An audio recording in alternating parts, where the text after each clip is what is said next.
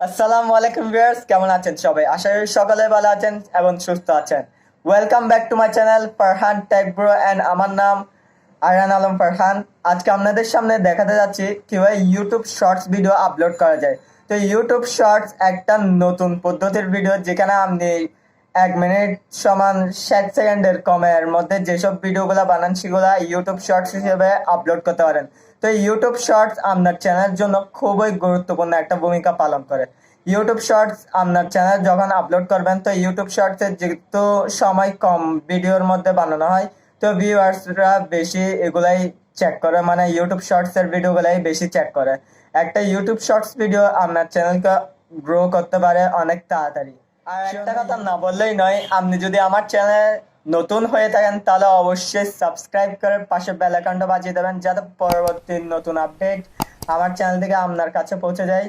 আর আমার ভিডিওটা ভালো লাগলে অবশ্যই লাইক দেবেন, এবং ভিডিওটা ভালো না লাগলে আপনি ডিসলাইক দিতে পারেন। আর আমার ভিডিওটা অবশ্যই কমেন্ট করে যাবেন ভিডিওটার মাধ্যমে আপনাদের সাহায্য করতে পারছি নাকি, আর আমার ভিডিওতে কি কি ইমপ্রুভমেন্ট লাগবে, আর আমার ভিডিওটা ভালো লাগে। তো বন্ধুরা, ইউটিউব শর্টস বানানোর জন্য কিছু রুলস আপনাদের থেকে মেনটেন করতে হবে। এইসব রুলস আমি আজকের এই ভিডিওতে আপনাদেরকে জানিয়ে দেবো। এই রুলসগুলো হচ্ছে, ইউটিউব শর্টসের জন্য 2টা রোটেশন আগে থেকে ঠিক করা থাকে। একটা হচ্ছে 1:1, অর্থাৎ 1:1, আর একটা হচ্ছে 9:16।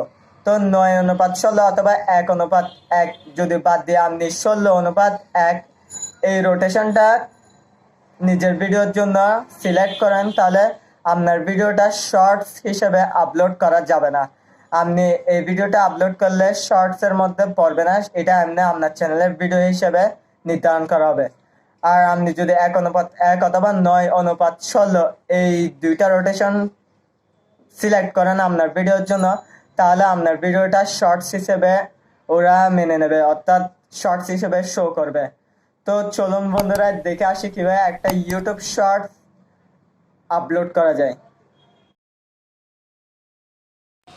তো বন্ধুরা, আমরা আমাদের স্ক্রিন পেজে চলে এসেছি। আমাদের মোবাইল স্ক্রিন পেজ থেকে আমাদের যেটা ইউটিউব অ্যাপ আছে, সেই ইউটিউব অ্যাপে আমরা ঢুকে যাব।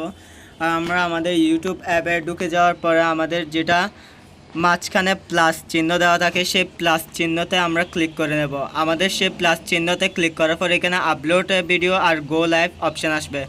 কিন্তু এটা কিছু কিছু মোবাইলে আলাদা দেখায়, কিছু কিছু মোবাইলে দেখায় আপলোড শর্টস, এরকম একটা অপশান দেওয়া থাকে, কিন্তু আমার এটাতে না দেওয়ায় আমি আপলোডে ভিডিও সিলেক্ট করে নেব।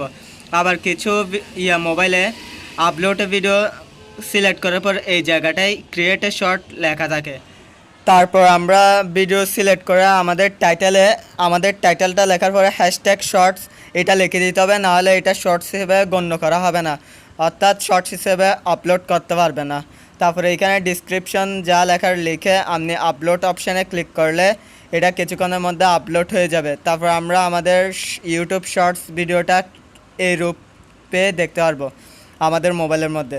তো আমরা আজকে এই পর্যন্তই শেষ, দেখা হচ্ছে আগামীর ভিডিওতে। আশা করি সকালে আমার ভিডিওটা ভালো লেগেছে। আর আমার চ্যানেল নতুন হলে অবশ্যই সাবস্ক্রাইব করে পাশে বেল আইকনটা বাজিয়ে দেবেন, যাতে পরবর্তী নোটিফিকেশান আপনার কাছে চলে যায়।